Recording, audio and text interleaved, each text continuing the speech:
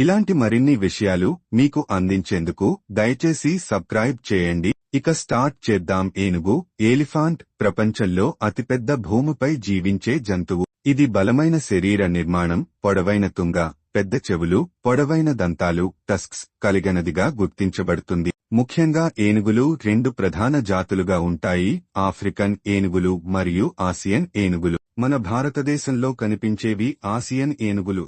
ఏనుగుల తుంగ ట్రంక్ చాలా శక్తివంతమైనది. దీని సహాయంతో ఇవి నీరు తాగడం, ఆహారం తీసుకోవడం, ఇతర జంతువులతో సంభాషణ చేయడం వంటి అనేక పనులు చేస్తాయి.